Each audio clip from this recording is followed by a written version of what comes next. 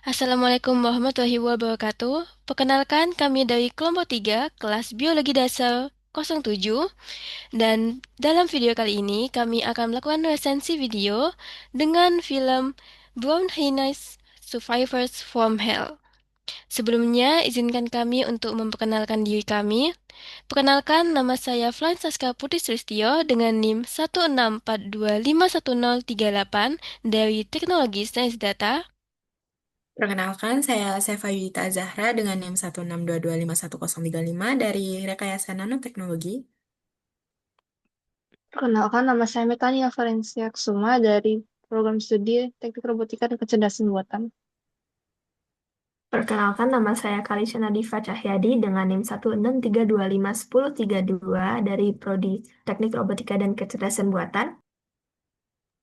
Perkenalkan, nama saya Evan Cesar Mulyana dengan NIM 163251033 dari Prodi Teknik Robotika dan Kecerdasan Buatan. Perkenalkan, saya Aishmara Hairunisa dengan NIM 163251034 dari Prodi Teknik Robotika dan Kecerdasan Buatan. Perkenalkan, nama saya Ahmad Farid dengan NIM 163251035 dari Teknik Robotika dan Kecerdasan Buatan. Perkenalkan, saya Firza Arsyad Pratama dengan NIM 164251037 dari Teknologi Sains Data. Perkenalkan, nama saya Gabriel Alexander Paltitijono dengan NIM 164511039 dari Prodi Teknologi Sains Data. Perkenalkan, nama saya Hans Emanuel Dermandi dengan NIM 164251040 dari Program Studi Teknologi Sains Data. Baik, di resensi kali ini kami akan menjelaskan mulai dari perkenalan tentang informasi dari film yang kita ambil ini. Kemudian selanjutnya kita akan lanjut dengan orientasi tentang film dan juga sinopsisnya. Kemudian kita masuk kepada analisis, ulasan, dan diakhiri dengan penutup. Pertama-tama dimulai dari identitas video. Judul dari video ini adalah Brown Hyenas Survivors from Hell. Kanal dari video ini yaitu dari dokumenter Animalier dan ditonton melalui YouTube dengan durasi 50 menit 4 detik. Dengan tanggal publikasi 1 Desember 2024, jumlah tayangan 1.751.422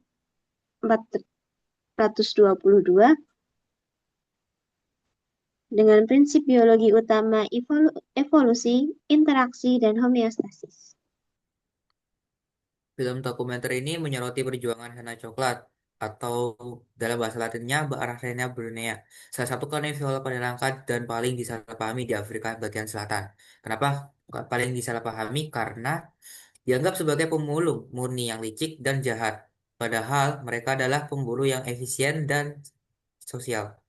Dengan populasi liar yang tersisa sekitar 8.000 ekor, spesies ini terpaksa mencari perlindungan di wilayah paling terpencil, seperti gurun namit, dan tepi tengkorak. Narasi utama berpusat pada seekor jantan muda bernama Sarvo, serigala pasir. Melalui kisahnya, dokumenter ini mengilustrasikan prinsip universalitas, yakni kebutuhan mendasar semua makhluk hidup untuk bertahan hidup, mencari makan, berlindung, dan bereproduksi. Di tengah tekanan lingkungan, meskipun secara penampilan fisiologisnya yang unik, Hena coklat tetap menjalankan fungsi biologis universal seperti mamalia lain, terutama dalam sistem klan komunal mereka yang menjamin universalitas kelangsungan hidup berkelompok. Selanjutnya untuk sinopsis. Kisah Strand Wolf dimulai di sabana, tempat ia menggunakan penciumannya yang luar biasa untuk mencari bangkai, perilaku yang diwariskan untuk kontinuitas genetik. Perannya sebagai anggota klan terlihat saat ia membawa sisa makanan untuk anak-anak hyena di terowongan komunal. Usaha kolektif klan dalam memelihara generasi berikutnya adalah esensi dari prinsip kontinuitas, memastikan sifat-sifat unggul dapat diwariskan. Konflik dengan manusia atau peternak yang menganggap karnivora, terutama hyena, sebagai hama, mendorong relokasi Strandwolf ke gurun Namib yang asing. Di sana, ia memulai perjalanan berat menuju tepi tengkorak. Di pantai yang dingin tapi kaya sumber daya, Strandwolf harus menghadapi persaingan sengit atau interaksi kompetitif dengan jakal dan hiena dominan lainnya. Titik balik bagi Stranwolf adalah ketika ia mengaktifkan naluri berburu yang sebelumnya didominasi oleh perilaku pemakan bangkai. Dengan mempelajari karnivora lain yang berada di sana, ia berhasil berburu anjing laut muda. Kisah ini berakhir dengan harapan kontinuitas saat Stranwolf bertemu dengan dan kawin dengan seekor betina muda, menjadikan generasi baru di wilayah baru. Selanjutnya, analisis integrasi prinsip biologi. Dokumenter ini secara implisit terdapat beberapa prinsip utama, yaitu yang pertama adalah evolusi. Evolusi adalah proses perubahan sifat-sifat yang diwariskan dalam suatu populasi dari satu generasi ke generasi berikutnya. Perubahan ini dapat terjadi karena faktor lingkungan, variasi, reproduksi, dan seleksi alam. Pada dokumenter ini, tekanan lingkungan menjadi salah satu alasan evolusi terjadi. Kelangkaan bangkai di daratan dan melimpahnya anjing laut di pantai mendorong evolusi perilaku pada hyena. Perubahan dari pemakan bangkai menjadi predator aktif terhadap anjing laut di pantai menunjukkan mekanisme seleksi alam, yaitu individu yang mampu beradaptasi dan berburu memiliki peluang tinggi dan reproduksi yang lebih tinggi. Kemudian prinsip selanjutnya ada yakni diversitas atau adaptasi morfologis. Dalam film dokumenter ini, banyak ditampilkan keanekaragaman hayati yang luar biasa dalam memecahkan masalah agar dapat mempertahankan kelangsungan hidupnya di Gurun Namib yang merupakan gurun tertua ini. Beberapa contohnya antara lain oryx yang dapat bertahan hidup tanpa air selama berhari-hari, dan pada saat gelombang panas dapat memicu sistem pendingin darah ke otak.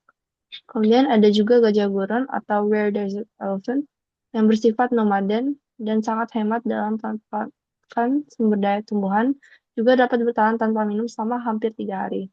Lalu yang terakhir ada darkwing beetle yang membalikan tubuhnya atau melakukan headstand untuk dapat minum air dari tetesan air kabut. Untuk selanjutnya terdapat hemostasis dan interaksi.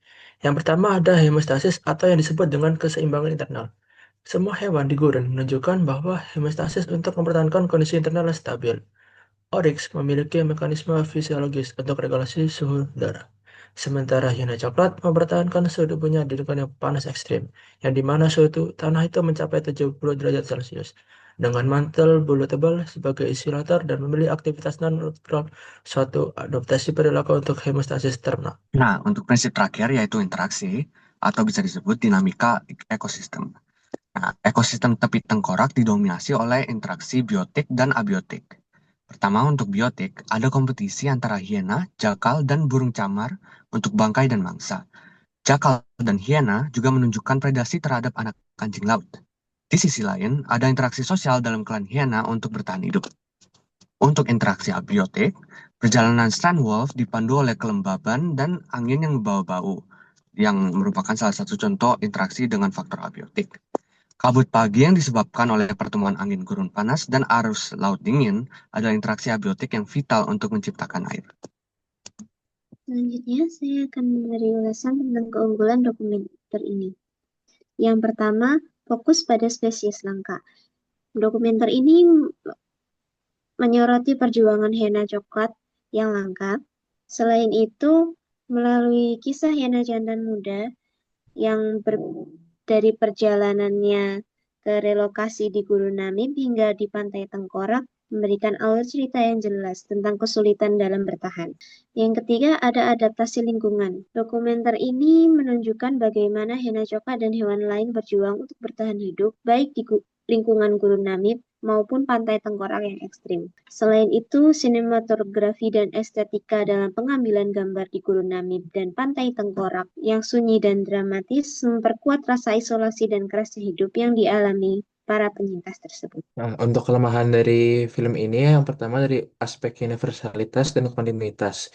Jadi di aspek ini kurang dieksplorasi secara eksplisit dibandingkan evolusi dan interaksi. Namun keduanya tetap berfungsi sebagai fondasi biologis yang mendasari perjuangan spesies ini. Sebagai penutup, film dokumenter ini cukup baik untuk menjelaskan beberapa prinsip dasar dari biologi, seperti prinsip evolusi, diversitas, dan homeostasis. Secara keseluruhan, dokumenter ini sudah cukup bagus dalam menyampaikan sisi pandangan terhadap hewan yang memiliki sifat cukup unik, yaitu brown hyena atau hyena coklat. Dan juga cita dari hyena coklat ini menjadi simbol ketahanan biologis dan bukti nyata keajaiban evolusi dalam merespon tantangan lingkungan yang ada. Sekian dari kelompok 3. Wassalamualaikum warahmatullahi wabarakatuh.